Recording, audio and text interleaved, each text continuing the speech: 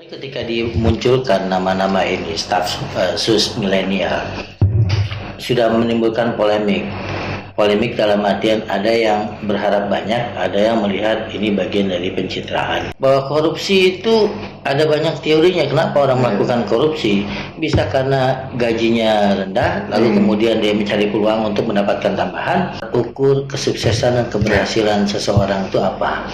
Kalau hanya sekedar kreativitas, sukses secara bisnis, secara kekayaan, ada yang hilang.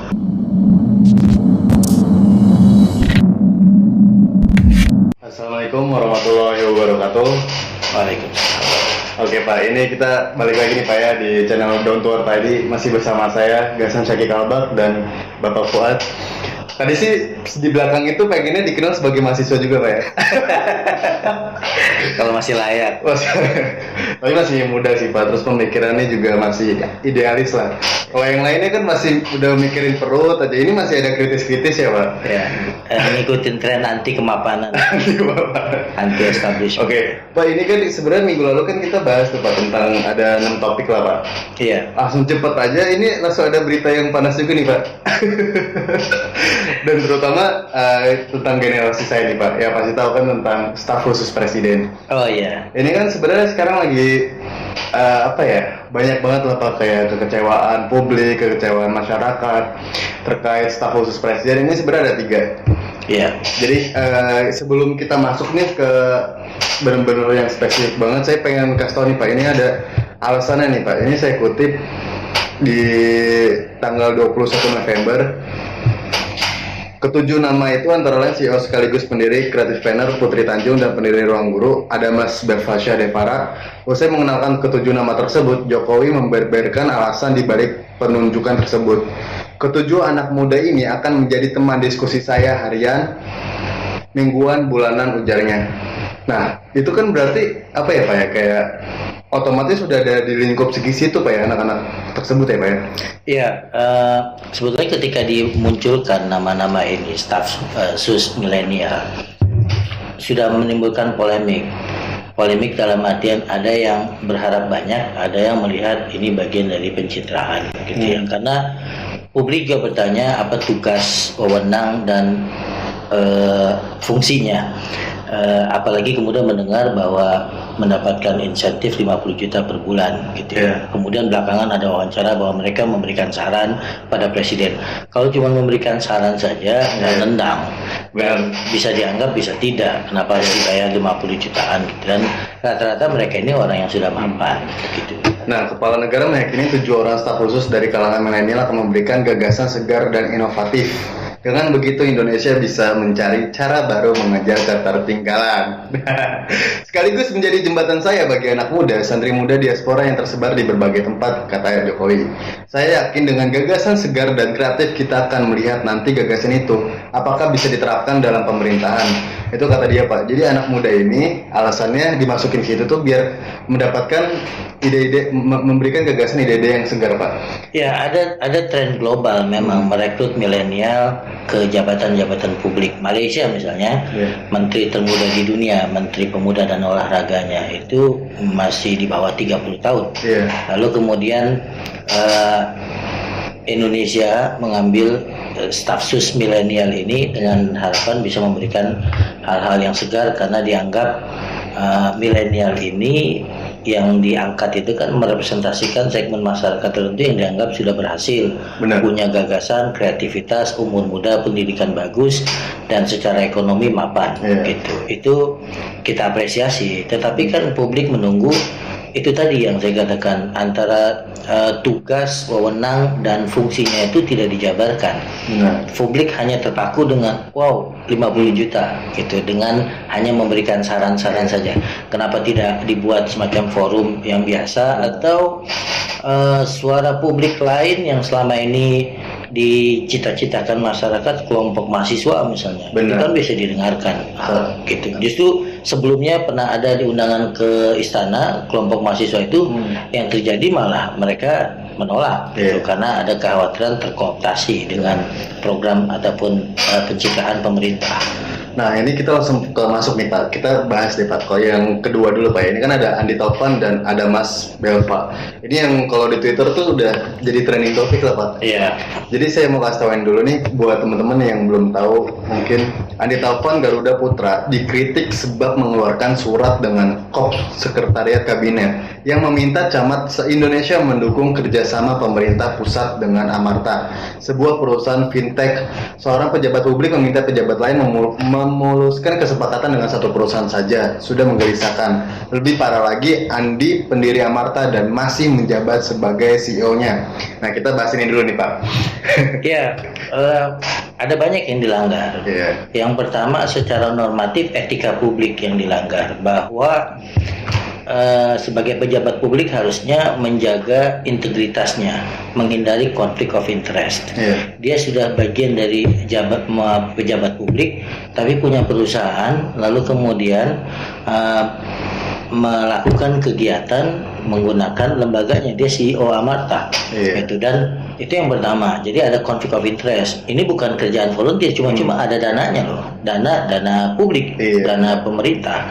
Yang kedua ada malpraktik administrasi. Iya. Menyurati langsung ke camat. Itu ngelangkahin Kementerian Dalam Negeri, apa otoritasnya sampai ke sana. Nah, yang ketiga dengan gagahnya dia menggunakan kopi surat. Iya. Staf sus presiden itu kan memberikan psikologis tertentu buat pejabat publik yang di bawahnya. Orang mungkin tidak akan saya nggak ngancam kok, iya, tapi Anda kop surat ini bisa membaca, para pejabat di bawahnya bisa membaca. Tentu ada konsekuensi yang tidak tertulis kalau tidak diikuti. Nah, yang keempat yang harus malu kelompok-kelompok segmen masyarakat Mas Hasan. Iya, Nah, kan perwakilan milenial, begitu direkrut ternyata ditertawakan dengan yang senior-senior, baik aktivis maupun birokrat gitu, yang dibangga-banggakan memberikan pencerahan, penyegaran, ternyata belum apa-apa sudah terkena virus peluang untuk melakukan korupsi. Dan ini membuat stigma pada masyarakat bahwa korupsi itu ada banyak teorinya. Kenapa orang melakukan korupsi? Bisa karena gajinya rendah, lalu kemudian dia mencari peluang untuk mendapatkan tambahan. Dan ada juga teori serakah, sudah kaya, sudah mapan, sudah mendapatkan segalanya, masih melakukan korupsi. Tidak ada teori lagi kecuali teori yang bisa dijelaskan kecuali teori serakah secara psikologis gitu. Kan mestinya dia sudah tahu ketika diangkat sebagai pejabat publik itu bukan cuma kapasitas tapi integritas, harus menghindari konflik of interest untuk kepentingan dirinya, keluarganya, kelompoknya, partainya, perusahaannya, dan benar-benar untuk diberikan kepada masyarakat. Dan terakhir saya ingin memberikan catatan bahwa pernah kita berdiskusi tempo hari, ngapain sih kuliah, gitu ya, toh orang tanpa kuliah bisa kemudian cari kerja, bisa sukses. Nah, ini pertanyaan bagi kita kelompok masyarakat ini. Ternyata mungkin standar kesuksesan selama ini adalah diuji dengan kemampuan material, gitu ya. Saya akan kreatif, akan bisa kaya, akan dinilai sukses. Padahal ketika Anda menjadi pejabat publik, Anda harus punya kemampuan imajinasi dan internalisasi apa yang dirasakan oleh masyarakat secara umum, gitu. Anda sudah kaya, lalu kemudian Anda diberikan amanah untuk mengelola, membantu pemerintah mengelola uang negara untuk kemaslahatan masyarakat. Tapi yang dilihat peluang. Tapi gini, saya tidak mungkin kalau kita lihat ini songong amat sih. Ini asumsi saja ya. Dia masuk wilayah yang boleh jadi dia lihat kiri kanan kok yang lain pada melakukan ini, seniornya. Ini asumsi saja. Bisa jadi yang seniornya mendompleng mereka ini, atau bisa jadi dia ikut-ikutan juga, gitu ya. Tiba-tiba kok bisa menggunakan birokrasi ini untuk kepentingan bisnisnya, gitu. Nah Pak, ini saya lihat sih di Kop Surabaya ini lengkap banget Pak. Jadi yang pertama ini dia perihal itu kerjasama sebagai relawan desa lawan COVID.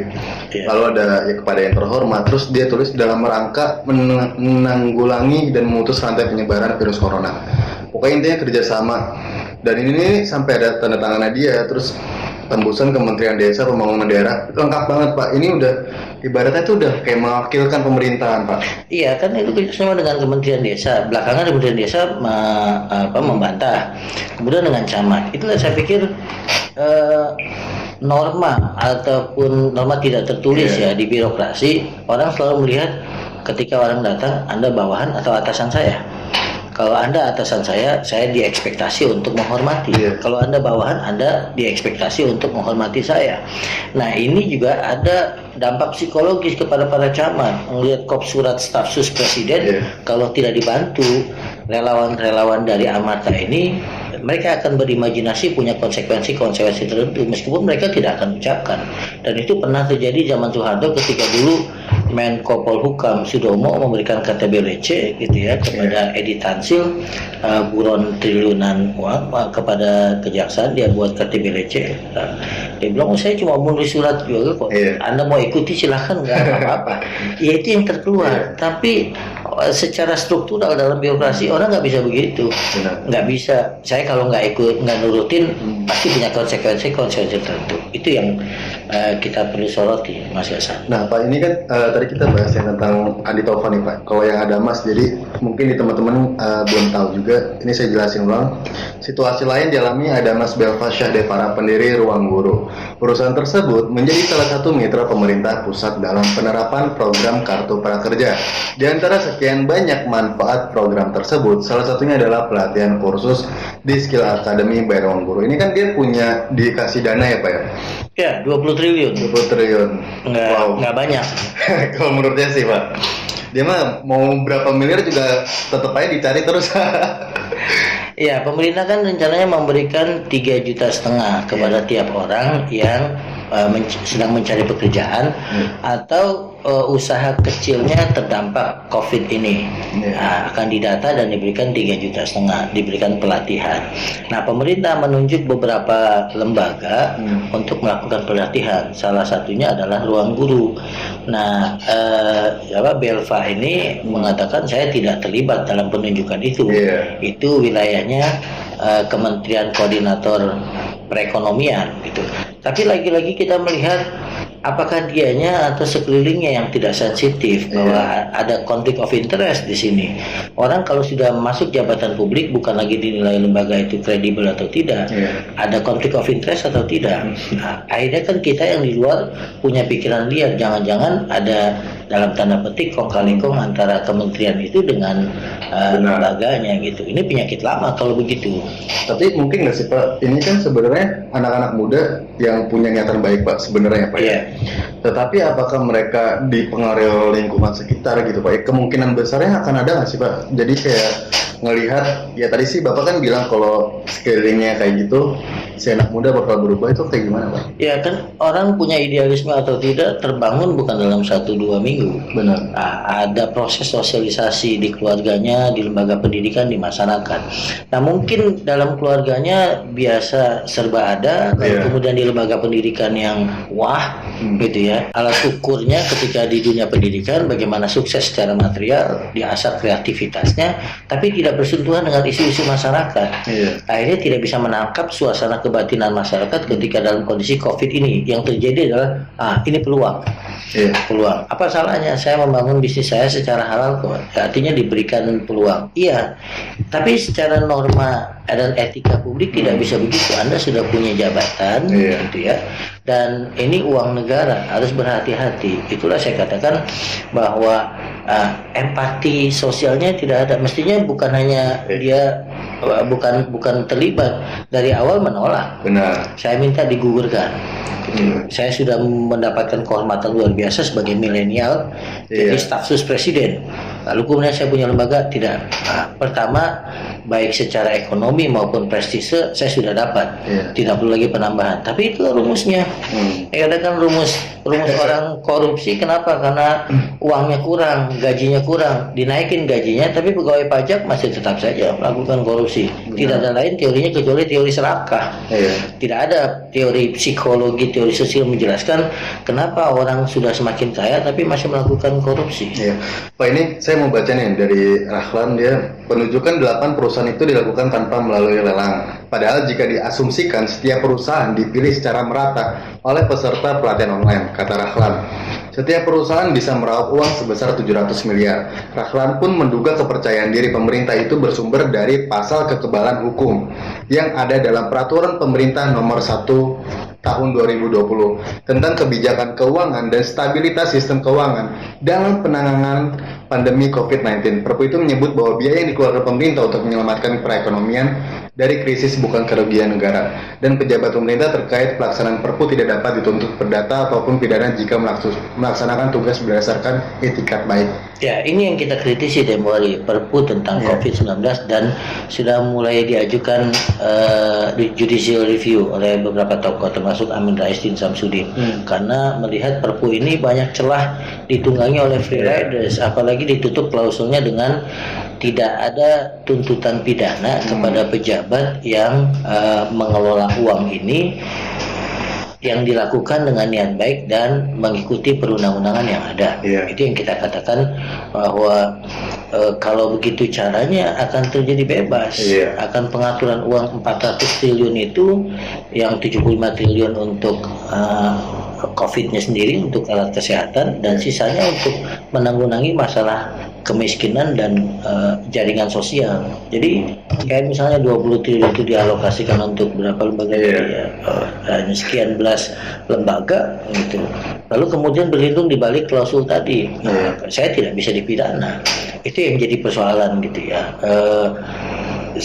Selalu saya katakan kekuasaan itu memang harus dicurigai, tidak bisa oke-oke saja karena peluangnya begitu tinggi. Ini buktinya kalau tidak dikritisi orang, dia akan jalan terus, itu staf sus atau siapapun. Itu kan ini boleh jadi orang mengatakan ini fenomena gunung es, iceberg, yang kelihatan staf sus yang dapat, yang ketangkep, yang ketangkep dalam artian tertangkap oleh media atau yang lain gitu. Tapi apakah tidak menutup kemungkinan di belakang itu kasus-kasus yang lain yang melibatkan yang lebih senior, lebih canggih cara bermain. Karena anak mudanya juga nggak bakal berani nyebarin, Pak, kalau menurut saya. Mereka kan lebih dominan ketakutan. Ya kan kita melihat psikologi yang muda ini, Anda boleh cerdas, tapi dalam memasuki aura kekuasaan, lembaga kekuasaan dan lembaga kepresidenan kan bukan sendiri, ada berbagai kelilingnya, ada kementerian, ada staf khusus kepresidenan, ada segala macam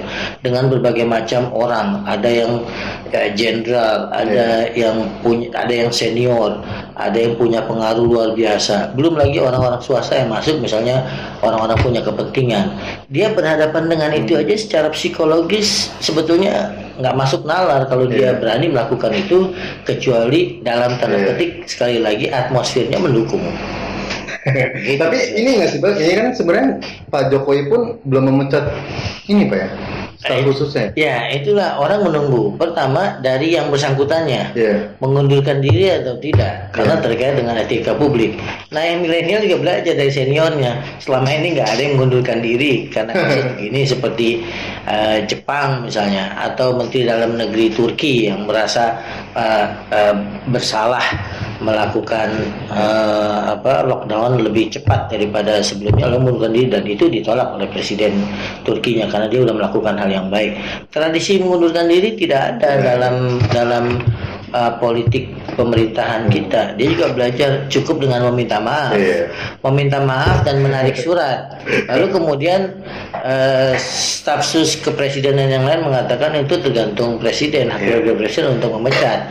Dan kita tunggu sampai sekarang presiden juga tidak memecat. Artinya kan ada banyak hal juga. Kalau presiden biasanya berani membuang orang dalam periode-periode yang lalu, ada menteri tiba-tiba di reshuffle. Ini kok nggak punya nyali untuk memecat gitu ya. Karena ini kan menjadi benalu sebetulnya buat presiden itu sendiri. Nah Pak, ini kita mau bahas tentang yang hukuman nih Pak. Mereka dijadikan staf khusus dengan asumsi mereka ekspertis di bidangnya. Lalu digaji 50 juta dari negara, ternyata masih belajar. Mereka telah melakukan upaya untuk menguntungkan mereka sendiri. Ini bukan hanya kesalahan tapi pelanggaran yang wajib disanksi Pak. Jadi kan ibaratnya kalau kayak gini kan bukan kita lagi belajar juga Pak. Ini kan sebenarnya udah kerja untuk masyarakat Pak ya. Ya sebetulnya ketika mereka diangkat harus cepat, kan ciri milenial sekarang fast learners, mestinya harus langsung cepat belajar. Apa sih, bagaimana sih etika publik? Bagaimana etika birokrasi? Apa yang diminta dari saya? Itu harusnya belajar cepat, apalagi kalau alumni Harvard masa harus menghafal undang-undang kan enggak juga. Jadi saya pikir bukan soal belajarnya. Kognitifnya saya tidak meragukan, tapi itu saya katakan tadi ada persoalan dalam kecerdasan emosional dan kecerdasan sosial. Kecerdasan emosionalnya bahwa dia melihat ini peluang bagi dia, bukan lagi soal etika birokrasi. Yang kedua, kecerdasan sosialnya rendah, tidak punya empati kepada masyarakat, bahwa yang Anda kelola itu dana publik, bukan dana swasta, dana biasa yang Anda mengandalkan kreativitas saja. Di situ ada pertanyaan etika yang mendasar. Uang siapa? Dan saya di jabatan ini sebagai apa? Bagaimana seharusnya saya bersikap? Itu yang dia tidak punya ketika memasuki wilayah birokrasi, wilayah publik. Harusnya entitas dia sebagai pribadi, individu itu minggir dulu. Gitu. Nah, tadi kan Bapak udah ada bahas tentang yang administrasi dan lain-lain itu Pak. Ini saya pengen lebih ke detail lagi tentang hukuman. Jadi ada abuse of power, maladministrasi tata negara, penunjukan langsung perusahaan sendiri itu. Jadi kayak ada 3 aspek tuh Pak yang dilanggar Pak. Jika hanya kata maaf selesai masalah, buat apa ada lembaga yudikatif di negeri ini Pak? Ya, itu memang prerogatif presiden. Jadi inilah soal hukum dengan soal etika selalu kita berdebat. Orang selalu mengatakan mana undang-undangnya yang mengatakan bahwa kalau saya melakukan ini saya harus mengundurkan diri. Tidak ada. Kalau itu memang bukan wilayah hukum. Kita bicara etika publik, etika birokrasi yang harus dijunjung tinggi. Selalu jadi perdebatan. Legal formalnya mana? Saya tidak melakukan kejahatan, itu kan baru peluang, abuse of power, gitu ya. Dan permintaan maaf lalu kemudian saya cabut, selesai. Ini yang mereka tidak punya. Mereka ketika bermasalah mainnya di legal formal. Artikel undang-undangnya mana? Sementara publik mengatakan wilayahnya bukan itu. Ini wilayah etika. Anda harus tahu diri bahwa Anda diberikan amanah sebagai perwakilan segmen masyarakat milenial yang orang berharap tiba-tiba Anda melakukan ini. Harusnya mengundurkan diri. Karena pembelajaran juga buat bagian masyarakat bahwa ini loh, kami milenial beda dengan yang lain. Bukan hanya punya kapasitas bekerja, tapi juga punya etika yang kami junjung tinggi. Baru sebatas ini aja kami berani mengundurkan diri. Bahkan kalaupun tidak diterima oleh presiden, dia ngotot, tidak Pak, ini malu betul buat saya. Kita tidak seperti Jepang yang punya tradisi rasa malunya tinggi. Tidak usahlah sampai bunuh diri. Tidak usah sampai bunuh diri di Jepang misalnya harakiri karena menanggung rasa malu. Tapi yaitu internalisasi nilai-nilai rasa malu itu tidak ada pada mereka. Karena sekali lagi saya katakan mungkin terlalu banyak aspek kognitifnya yang dibahas, aspek kecerdasan sosial dan emosionalnya itu rendah. Nah Pak, ini ada sih yang bilang itu bagian korupsi loh, dan kalau dilakukan di tengah bencana ancamannya bisa 20 tahun atau hukuman mati karena dianggap memanfaatkan keadaan mencari keuntungan di tengah penderitaan publik luas. Gimana Pak? Ya, itulah susahnya kalau delik korupsi. Delik korupsi itu terkait dengan pembuktian. Maka sering ada kontroversi di masyarakat. Orang mencuri timun, dulu ada kasus ibu mencuri timun di kebun anaknya, diadukan oleh anaknya ke polisi, lalu kemudian diproses ke pengadilan. Kok begitu cepatnya? Orang tuduhan korupsi lambat karena memang terkait alat bukti. Mencuri timun, alat buktinya langsung kelihatan, langsung bisa diproses, dan polisi tidak bisa menolak kalau ada aduan. Lalu polisi kemudian dilimpahkan pada jaksaan, jalan terus, jaksa tidak bisa mengatakan itu keputusannya nanti sama hakim. Tapi kalau korupsi untuk membuktikannya saja itu perlu bertahun-tahun. Nah, ini kita ini kadang-kadang jadi pertanyaan perdebatan antara penegakan hukum dengan keadilan. Kalau bicaranya penegakan hukum, sulit membuktikan secara hukum ini dilakukan korupsi. Tapi kalau bicara keadilan, Iya. wah ini menusuk rasa keadilan Benar. masyarakat. Anda sudah kaya, digaji 50 juta, Iya. tugasnya yang dipahami oleh masyarakat hanya memberikan saran, lalu kemudian menggunakan peluang itu untuk memperkaya diri sendiri, nggak diapa-apain gitu. Cuma minta maaf, Iya. narik surat, selesai. Waduh. Ah, Itu enak. sebenarnya rasa hati udah sakit banget Pak ya, kita sebagai masyarakat juga, kita udah kayak gitu kan, sebenarnya kita udah ngasih kepercayaan Pak. Kalau bicara segmen masyarakat yang harus sakit hati ini kelompok milenialnya Iya. Mas Gasan dan kawan-kawan, itu kan segmen milenial. Saya kan orang senior gitu. Tapi untuk bicara masyarakat harusnya kita tuntut bukan cuma mundur, presiden pecat Iya. gitu. Jadi ada bottom up, harusnya mengundurkan diri. Kalau enggak top down dari atas, pecat. Karena Anda menjadi benalu Benar. bagi pencitraan presiden. Kemudian yang kedua, Anda ternyata melanggar konsep ataupun prinsip integritas.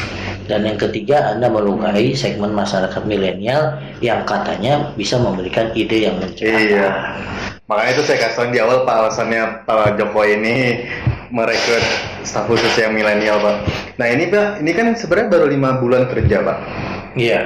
Hasilnya kayak gini gitu Pak. Maksudnya apa ya, kayak sakit hati juga Pak sebagai generasi milenial, kok ini apa ya, seharusnya bisa membawa hal yang benar-benar positif gitu, bisa menggairahkan untuk ide-ide yang baru Pak, karena kan jiwa-jiwa anak muda ini kan masih fresh, masih segar.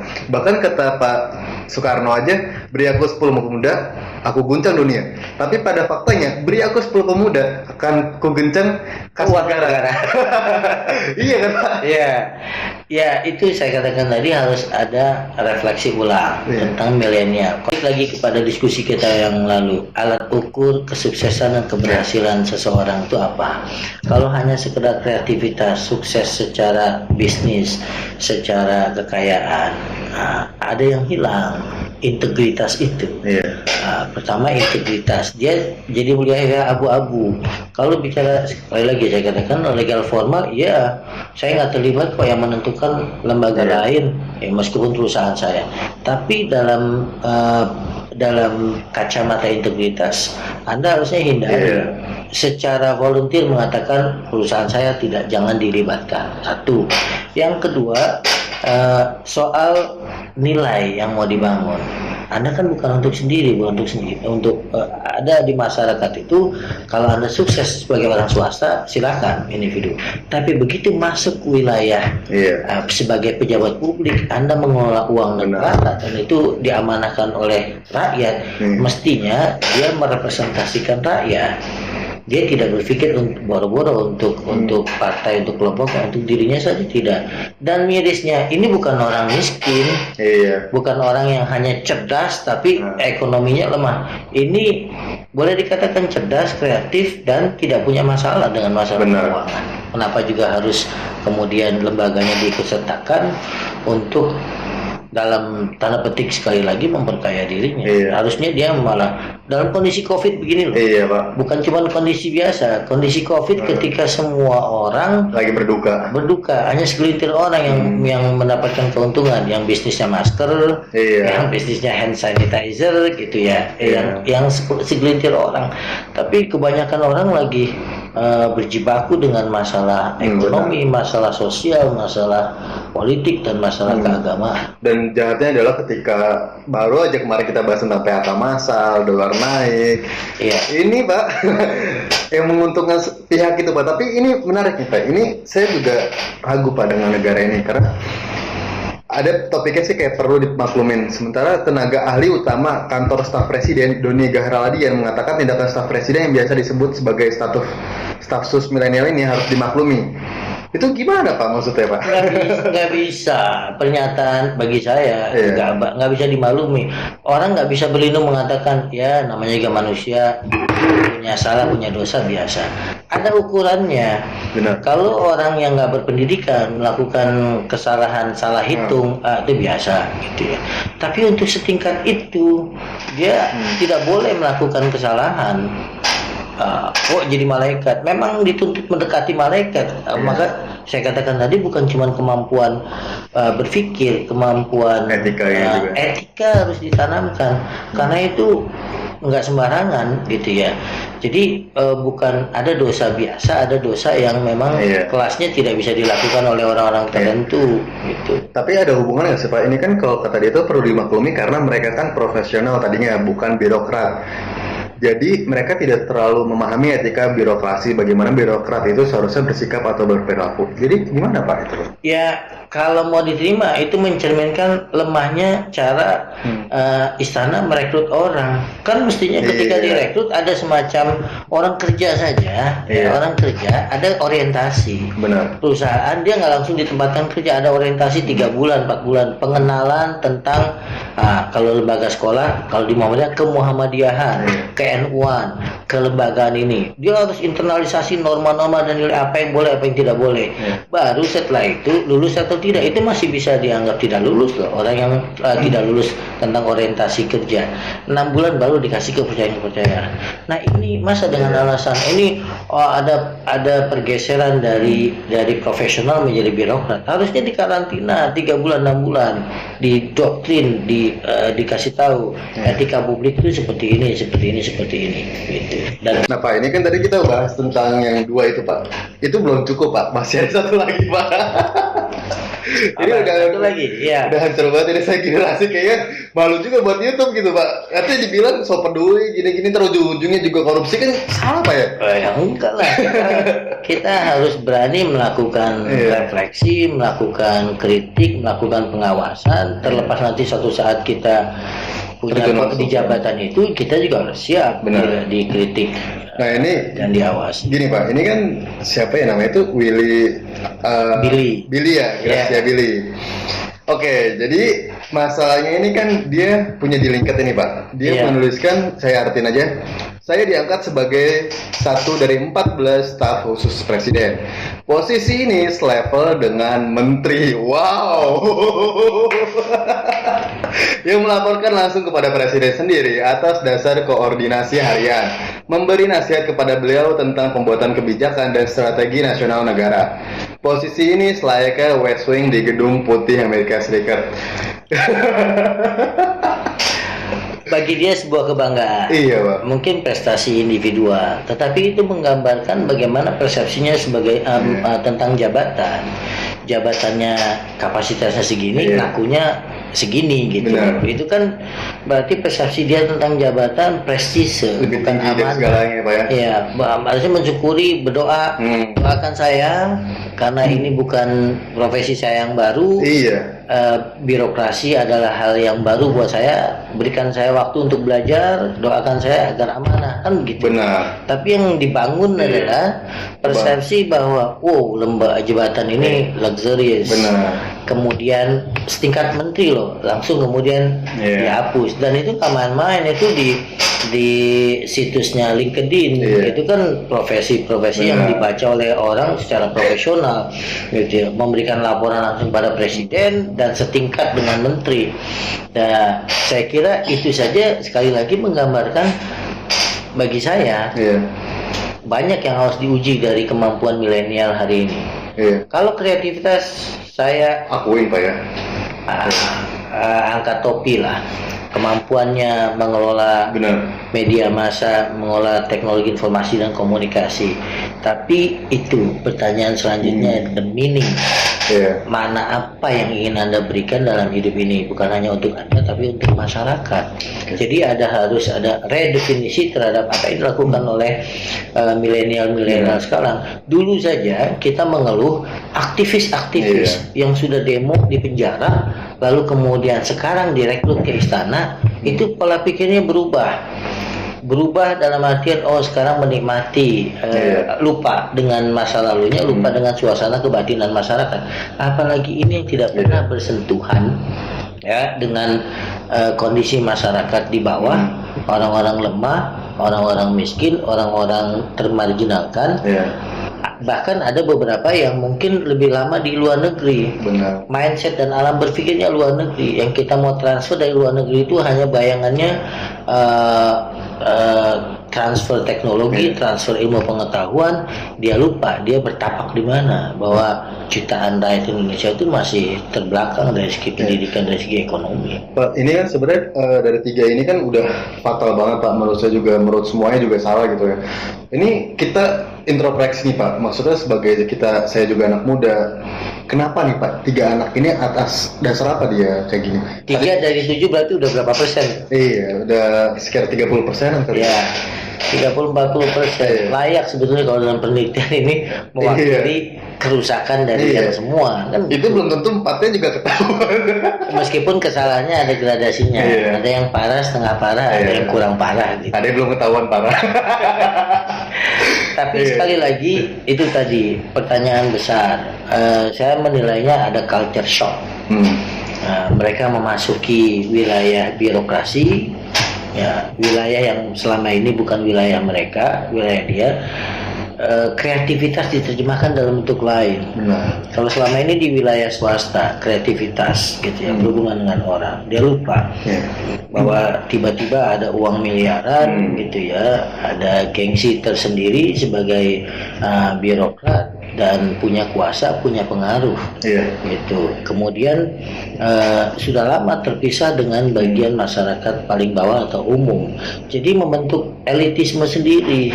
Jadi seakan-akan mengambil keputusan keputusan ini terbiasa jadi owner, lalu kemudian masuk jadi servant, jadi pelayannya masyarakat. Itu nggak masuk, ya, culture shock itu. Yang kedua bisa jadi culture shocknya atmosfernya, atmosfer di birokrasi yang dia tempati itu. Saya nggak tahu gambarannya bagaimana di wilayah itu ya. Tapi kan semua kapasitas dia punya, gitu ya, keuangan, birokrasi, kemudian pengaruh. Salah satu bukti kenapa dia bisa menulis surat kepada camat-camat, dia menyadari betul bahwa kop surat ini punya dampak psikologis besar kepada birokrat-birokrat di bawah, punya konsekuensi tertentu kalau ditolak. Pak, ini kan sebenarnya mereka semua kan pebisnis Pak ya, mungkin gara-gara jiwa bisnisnya cuman salah tempat aja Pak ya, penyesuaiannya yang salah. Karena kan kalau di bisnis itu kan lebih menguasai Pak. Iya, itu kan saya katakan tadi, ini owner. Biasa sebagai owner lalu kemudian berpindah jadi budak, jadi pelayan. Jadi mental ownernya belum hilang. Kemudian yang kedua mungkin tidak terbiasa sudah, ada yang biasa susah tapi dan jangan lupa ini kan bukan mereka meninggalkan bisnisnya lalu kemudian jadi staf sus presiden, masih bisa nyambi. Masih bisa. Jadi tetap, jadi ada ada dualisme. Satu saat dia sebagai staf sus, di sisi lain dia tetap sebagai pengelola bisnisnya. Jadi kadang-kadang dia tidak lupa dia masuk kamar yang mana. Dia kepribadian itu terbawa gitu. Makanya saya katakan tadi, apakah kegagalan rekrutmen, tidak ada orientasi kerja, kemudian yang kedua tidak ada pembinaan, atau pertanyaan nakalnya karena memang ada transfer atmosfer kepada mereka kan. Nah Pak, ini kan apa ya Pak, kayak ini kan ada masuk lagi nih Pak ke ini, saya baca berita Presiden Joko Widodo menerbitkan Peraturan Presiden Nomor 56 Tahun 2020 tentang perubahan ketiga atas Peraturan Presiden Nomor 17 Tahun 2012. Jadi intinya itu ada staf khusus wakil presiden Pak, dari 8 nambah ke 10. Ini nambah 2 lagi Pak. Ini itu tanggal 15 April Pak, baru Pak. Ini gimana Pak ceritanya Pak? Ya mungkin dianggap untuk menangani, saya tidak tahu apa wilayah kerjanya, ya tambahannya. Sekali lagi apa itu tugas, wewenang dan fungsinya. Tapi dengan penambahan itu kan berarti menambah budget. Apa memang ada perluasan cara berpikir di staf Wapres ya? Ini karena memang presiden punya hak prerogatif membentuk gitu. Di zaman Soeharto tidak ada yang namanya One Team Press, zaman Habibie juga belum ada. Kemudian di zaman SBY dibentuk One Team Press. Kemudian di era Jokowi ada staf sus kepresidenan gitu. Ini memang wilayah-wilayah kepresidenan, harusnya presiden yang lebih sensitif untuk mengelola SDM dan keuangan karena berdampak kepada kinerjanya.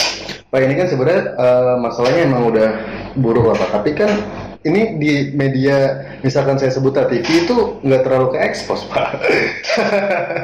Kan teorinya begitu, Pak. Beberapa waktu yang lalu sudah saya sampaikan. Salah satu kemampuan pemerintahan sekarang ini bagaimana entah mengendalikan, entah media masanya yang punya self censorship gitu ya, tidak ngutak-ngatik wilayah yang membuat image pemerintah itu jadi cedera, tidak diekspos banyak-banyak. Yang ribut kita kan di medsos dan pembicaraan publik. Itulah saya katakan tadi, medsos kenapa rame, karena tidak tertampung di media mainstream, termasuk kita talk show ini kan bagian dari suara-suara yang harus didengar oleh pemerintah. Suara kami tidak bisa masuk mainstream media massa.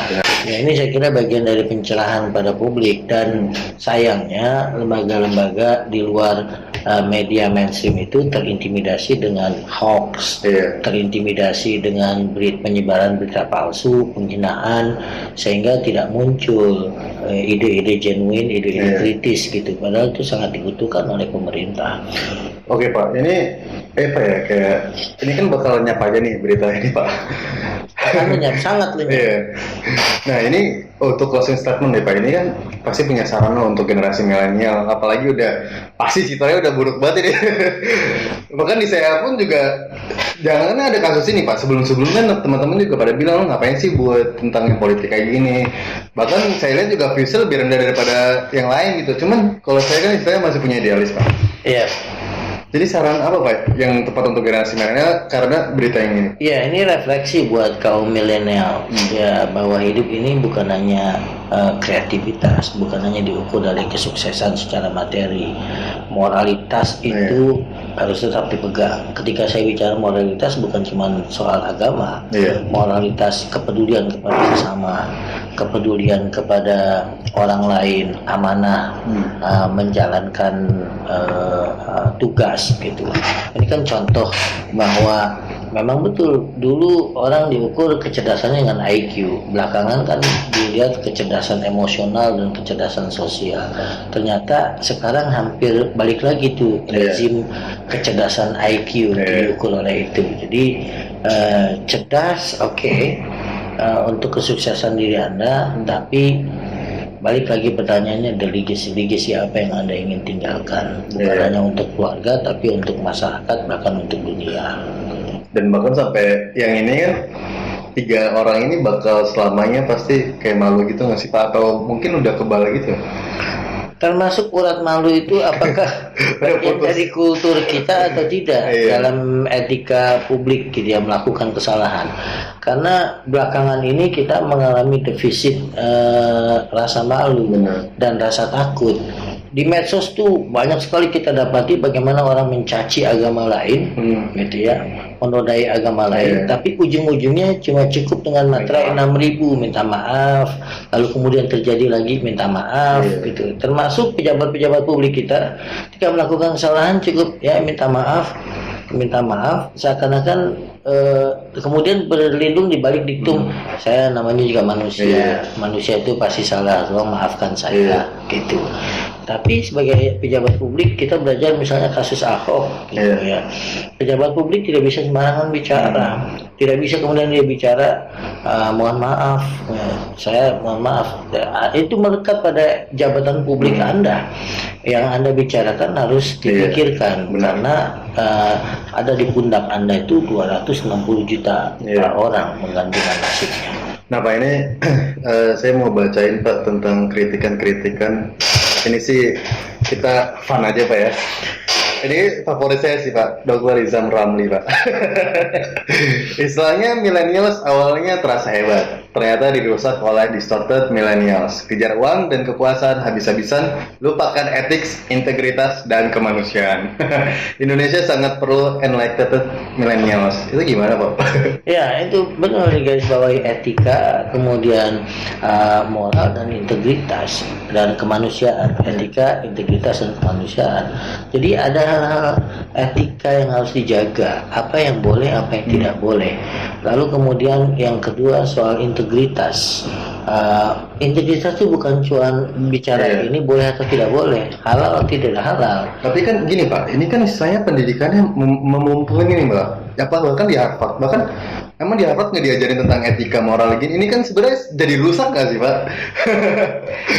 Ya, itu yang saya katakan tadi, bisa jadi dia menyerap ilmu-ilmu pemerintahan, ilmu-ilmu ini, tapi dia kan tidak merefleksikan masyarakat kita belajar di sana. Mungkin salah tapak gitu ya.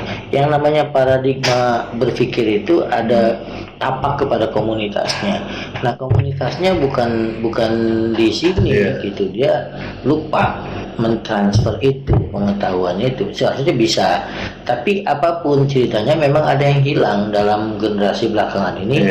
Concernnya terhadap etika itu kan pernah kita bahas. Yang sekularisme itu selalu berbicara begini, apa yang saya lakukan selama tidak mengganggu orang lain, terserahlah, ngapain Anda peduli dengan saya, dan saya tidak akan mengganggu masalah Anda selama saya tidak tidak peduli pada Anda kalau saya tidak mengganggu privasi Anda. Nah, terus si Haris Azhar juga bilang, mau jadi apa anak siswa ke depan, dipertontonkan trik rampok negara, tapi dikit lagi paling dipecat biar aman pade. Cendol mana cendol. Ruang guru jadi ruang bulus. Gimana ya? Ini kan sebenarnya gini Pak ya, kayak jujur Pak, kayak malu banget gitu. Mungkin di saat yang kayak gini nih seharusnya peran banyak banget anak-anak muda tuh yang udah ngerintis, ngebantu, tapi terkalahkan aja dengan 3 orang kayak gini, Pak. Yang paling memalukan dana yang akan digunakan itu dana soal krisis COVID-19. Kalau dulu ada korupsi iktp, yaitu KTP biasa umum. Ini orang dalam kondisi sekarat ingin dibantu, lalu kemudian memanfaatkan itu. Makanya saya katakan tadi soal integritas bukan soal boleh atau tidak boleh. Anda layak atau tidak. Kalau misalnya boleh tidak boleh secara hukum iya, karena saya kayak tadi lembaganya ditentukan bukan oleh, saya nggak terlibat kok, perusahaan saya udah. Tapi pertanyaan integritas ini konflik of interest. Ada peluang bahwa Anda kong kali kong dengan pejabat yang menunjuk lembaga Anda gitu, karena Anda juga punya jabatan di sana. Orang akan berasumsi, oh ini dekat sekali dengan epicentrum kekuasaan.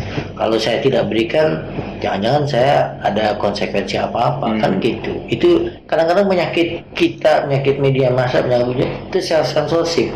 Belum ditegur sudah melakukan sesuatu, jangan sampai merugikan saya. Pak, oke deh, ini kan sebenarnya kemarin juga kita bahas tentang yang aliansi BEM lah, yang kayak gadungan gitu loh Pak. Terus ini ada kasus anak muda lagi. Persoalannya adalah kedepannya akan ada apa lagi gitu Pak. Ini kan kalau 2 kasus ini pertanyaan besar buat pengelola negara. Anda merekrut orang-orang yang sebetulnya tidak mencerminkan milenial yang banyak sekali di Indonesia yang potensinya luar biasa. Saya yakin banyak milenial yang bukan cuma kecerdasan tapi etikanya itu lebih tinggi daripada senior-senior yang lalu. Kita harapkan justru indeks korupsi Indonesia itu menurun dengan direkrutnya milenial. Kan image kita di dunia bukan cuma kalah kompetisi dalam soal berbisnis. Image kita di luar negeri, di dunia ini soal indeks korupsi masih tinggi.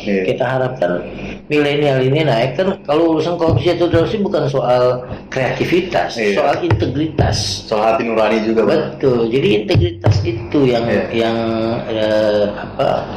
harus dikurangi. Kalau orang Islam dalam bahasa fikih ada pelajaran usul fikih itu soal prinsip syaddud dzari'ah, menghindari sesuatu yang kalau Anda lakukan Anda terjebak pada dosa. Ini masuk peluang melakukan tindakan korupsi, harusnya dicegah. Itu bagian dari integritas. Jadi itu aja Pak ya untuk pembahasan ini karena tapi sebagai bagian dari milenial jangan baper. Kalau saya tuh harus di counter dengan menunjukkan kaum milenial ini tantangan buat kita. Ini harus kita melakukan kompensasi. Apa nih, udah dicitrakan seperti ini, kita harus membangun, harus ada terobosan-terobosan di kalangan milenial swasta yang tidak masuk sebagai pejabat publik. Tunjukkan bahwa Anda masih sangat diharapkan, tapi itu catatan saya, bukan cuma kecerdasan IQ dan kreativitas, tapi juga yang terpenting adalah kalau nggak mau pakai bahasa etika dan moral, pertanyaannya adalah berikan meaning Iya. Anda pada kehidupan dunia ini bukan cuma untuk Anda dan keluarga, tapi juga untuk masyarakat dan dunia. Nah, kalau misalkan sekolah di saya Pak, sebenarnya kayak perlahan sih Pak, kayak ngerintis YouTube ini. Karena menurut saya sebagai anak muda ini saya harus buktiin. Seperti contohnya kalau misalkan di YouTube ini kan kita lihat kontennya kurang rapi, kurang jelas lah, misalkan tentang prank, drama. Ya saya awalnya buktiin aja, tapi yang ininya juga Pak, misalkan kayak orang-orang ini bisa ngekritik atau bisa ngelihat anak-anak muda yang kacau kayak Alan si Bem dan ini. Tapi di saat saya punya konten positif, konten kayak gini ini juga nggak terlalu didengar Pak. Seharusnya kan ada partisipasi lah anak orang-orang yang bisa mensupport. Oh ini yang masih ada loh anak muda yang punya idealis. Ya, dalam setiap domain kehidupan tuh ada aliran-aliran Iya. terkesan. Nggak apa-apa Mas Gasan memposisikan sebagai anti mainstream, Iya. anti establishment. Trennya Iya. bicara ini, Mas Gasan punya tren tersendiri. Nah, Benar. bisa jadi satu saat keunikan ini akan dicari orang. Benar. Karena kan dalam bisnis juga ada keunikan tuh salah Iya. satu brand yang bisa dicari orang itu. Kalau semua orang citranya seperti ini, kita punya keunikan tersendiri. Satu saat ada milenial-milenial yang haus, yang mendapatkan pencerahan Iya. gitu ya, politik dan hidup dari obrolan-obrolan seperti ini Iya. gitu. Oke deh, jadi kalau saya sih yang penting tuh lebih ini Pak. Saya ngelihat kalau suruhannya di zaman sekarang tuh karena proses pengen instan. Dan lebih kalau misalkan dulu kan istilahnya zaman-zaman perjuangan gitu lah Pak ya. Kalau sekarang kan misalkan dari orang tua udah dapat fasilitas, jadi tinggal ngeliatin ya mana duitnya lagi, mana duitnya. Padahal kan sebenarnya kalau dulu nggak terlalu dilihat situ Pak, tapi lebih dilihat tuh prosesnya. Satu saat saya akan cerita tentang The Philosophy of Speed. Ada buku menarik. Bagaimana orang hari ini terobsesi dengan Iya. yang namanya kecepatan. Semuanya itu diukur dengan Iya. seberapa cepat gitu ya. Kalau kita kan dulu biasa agak lambat. Iya benar. Lalu kemudian dunia makin cepat. Kalau orang Iya. dulu ngantri, wah, itu harus dipercepat. Kalau kita ke McD ataupun yang lain, sistem shutdown aja, Iya. kita harus ngantri lama, itu marah-marah.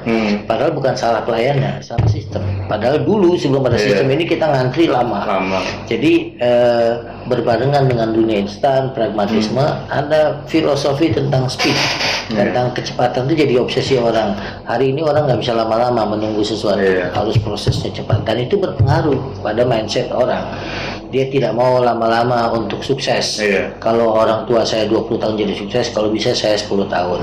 Gitu. Bagus dari satu sisi memangkas masa, tapi harus dilihat jangan sampai ditabrak rambu-rambu Iya. gitu ya. Shortcut itu oke, tapi etika dan moralitas itu jangan ditabrak. Etika moralitas itu jangan dianggap sebagai penghambat, bukan obstacle, tapi dia pengawas sebagai rem. Jangan sampai Anda melanggar aturan.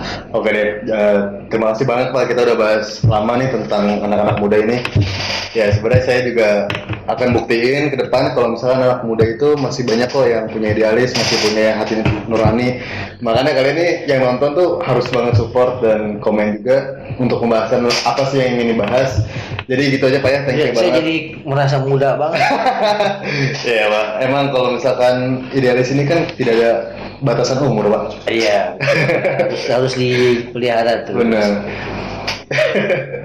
Oke deh, jadi thank you banget brother and sister. Jangan lupa untuk subscribe, like, comment, dan share video.